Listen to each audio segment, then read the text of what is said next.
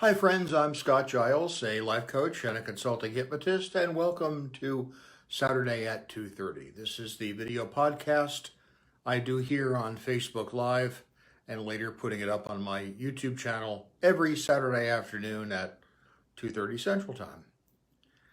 I touch upon different themes, life coaching, the hypnotic arts and sciences. Today, I want to talk about an emotion that every one of us will experience: guilt.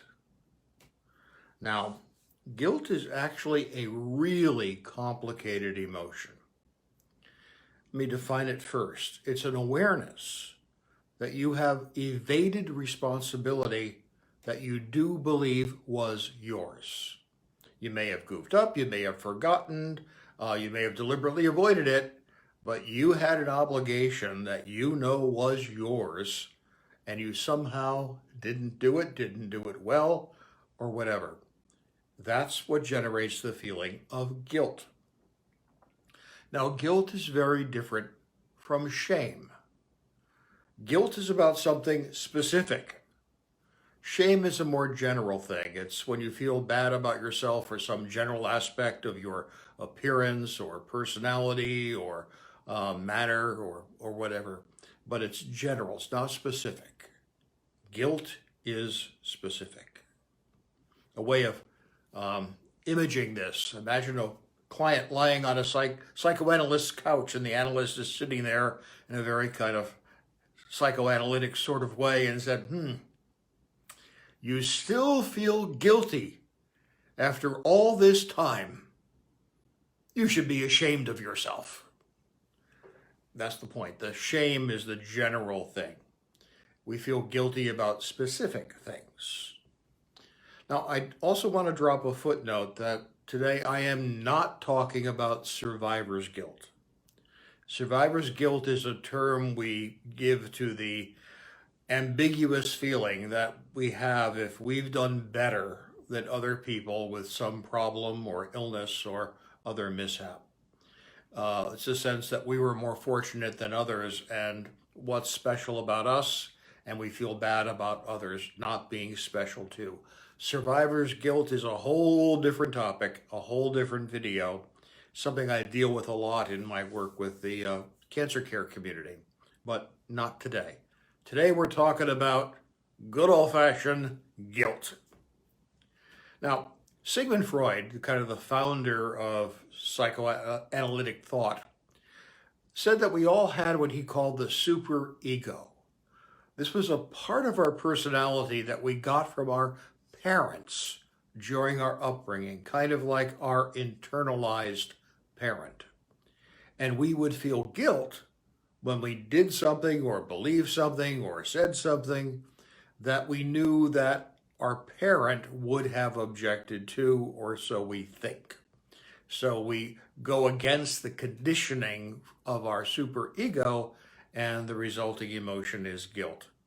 Now, a woman was having a brunch with her mother and said, "Mom, it occurs to me I really don't need you in my life anymore. I can make myself feel guilty on my own." But the point is that that's the superego, that internalized part of a parent, especially a judgmental parent.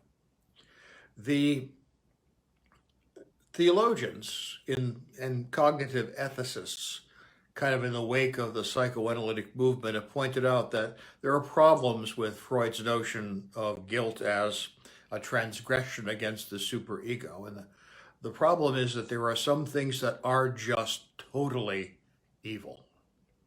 Dietrich Bonhoeffer, a theologian that commented a lot on the Nazi movement in Hitler's Germany, talked about the Holocaust as being just an example of human evil.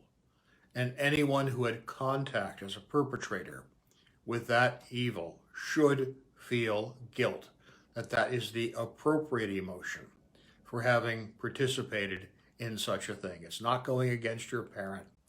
It's realizing that you have violated something very fundamental about being human. And I think there's something to that. Although fortunately, most of us are never going to experience that kind of guilt. uh, if we live rightfully. Now, guilt can be used to manipulate behavior. Parents have often used it to manipulate the behavior of children and make them more manageable. Uh, Employers will do it. Steve Jobs, the founder of Apple Computer, at one point he gathered people into an auditorium, according to his story about him, and said, you people should hate each other for what you've done to this company because the project they had been on had failed. And he was actually trying to make them feel guilty so they would work even harder to give him what he wanted. So he was using guilt. You should hate each other for what you have done to this company. He was using that to manipulate them, and guilt often does that.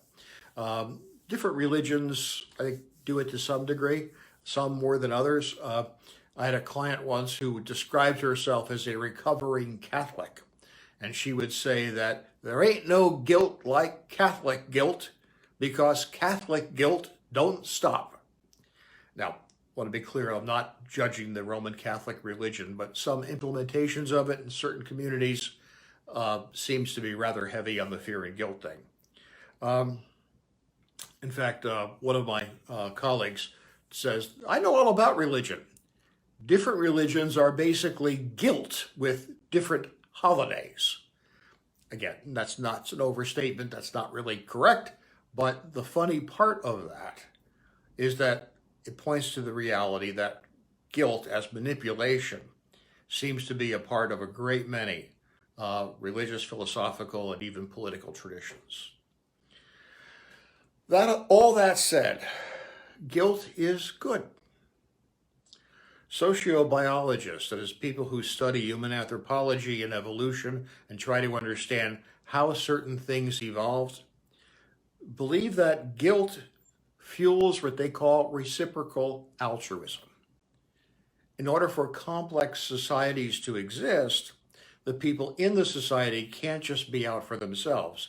They got to be watching the backs of other people, because no one can watch their own back all the time. We need to depend on others.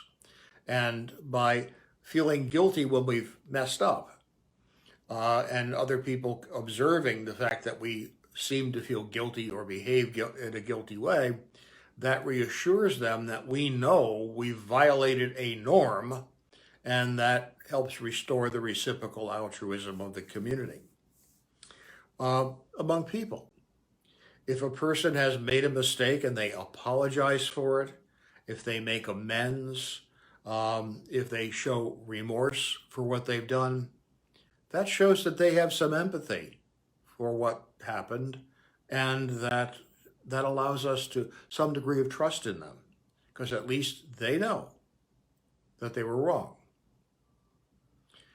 As far as we can determine the capacity to feel guilt, to feel bad when one has done something that one should not have done, develops by the second year of life.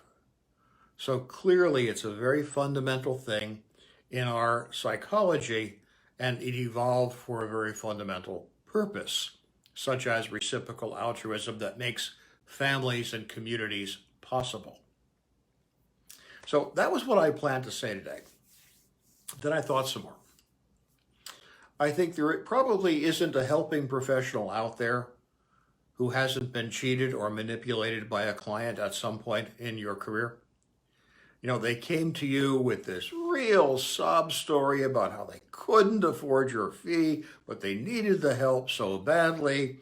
So, you gave them a break, you reduced your fee, you may even have seen them for free.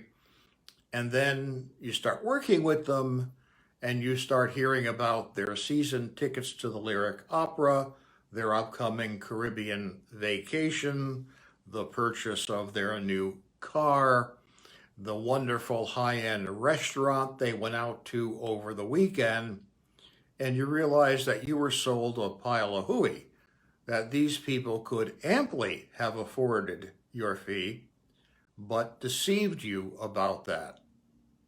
And they wanted you to feel guilt that you were taking advantage of them by asking for a fair fee. And they used the fact that they were able to trigger you to get you to do what they wanted, which was they get a break that they didn't deserve. And when I encountered people like this, is, don't you feel guilty or don't you feel shame about this behavior? I mean, you've deceived me for your own purposes. And I realized, well, they didn't feel any sort of guilt about that. And as I explored this and thought about it, I realized that what was going on is that there are two kinds of people in the world. There's a joke here.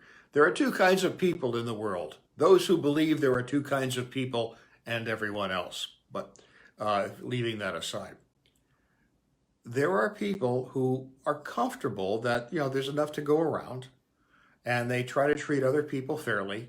These are the people you want to hang with. And then there are the other kind of people who do not believe that there's enough to go around and that they've got to kind of scrabble and get what they can for themselves, every person for themselves. And if they can take advantage of you and get an advantage for themselves, that's not something they feel guilty about. They feel it means that they're smart and you're stupid because they were able to fool you. And that kind of person, not someone you want to hang with because they don't have a well-developed sense of reciprocal obligation. They don't feel as guilty about their behavior as they should have. I don't want to drop a psychoanalytic footnote here. There is a third class of people here.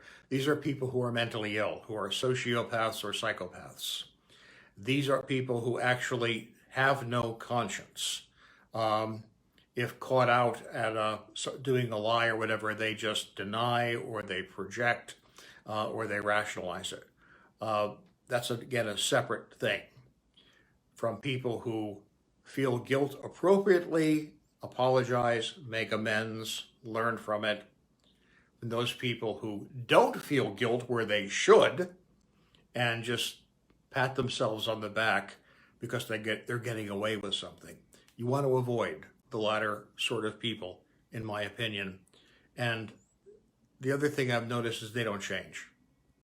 They do this in one arena, they do it in other arenas too. They'll talk you down about your fees. They'll also, when asked to contribute to a political party or a charity, they'll fib rather than make an honest contribution. That kind of person, bad news. Now, we all make mistakes in some way, and that's good. The human nervous system works by experimentation. We make mistakes, we mess up, we feel bad if the mistake injures other people or we evade a responsibility that we know we had. So we apologize, we make amends, we learn from it. If we can't make amends to the people we injured, we pay that amend forward by trying to help someone else in a similar position. Like a person I know had hurt an animal as a child and felt very bad about that as an adult. And the only way to make up for that was to pay it forward by becoming an advocate for animal welfare. And that's a good use of guilt. That's an appropriate response to feeling guilty. And that's how you deal with guilt in a healthy way. You apologize, you make amends if you can, you make an amend paying forward if that's what you have to do, and you learn from it. You don't do it again. Now, whenever I've been in a position where I've done something that I feel guilty about, I apologize if I can, I make an amends or pay an amend forward. But I also reflect that whatever I did, especially if it was long ago, doesn't reflect morally on who I am now. I was a different person then, operating with different understandings of the world. And if I knew what I knew now, I probably would have made different choices. But I'm not responsible for the fact that time only goes in one direction, the arrow of time. And I'm not responsible for the fact that the human nervous system learns by making mistakes. What I am responsible for is realizing that I've made a mistake, self-correcting, apologizing, making an amend. That's the positive use of guilt. So thank you for your time and attention. I hope if you feel guilty, this has been helpful to you. That would be my intent. I will be back next Saturday at 2:30 with a different talk. I'm probably going to talk about the 7 deadly sins. They don't get enough attention, so I'm gonna probably give them some. If I can be of help to you, please feel free to reach out to me through my website or by email or telephone. We do have a Patreon channel for those who want a deeper understanding of our work, and I'll put up the card for the website when I edit this video. Take care, stay safe, and do well.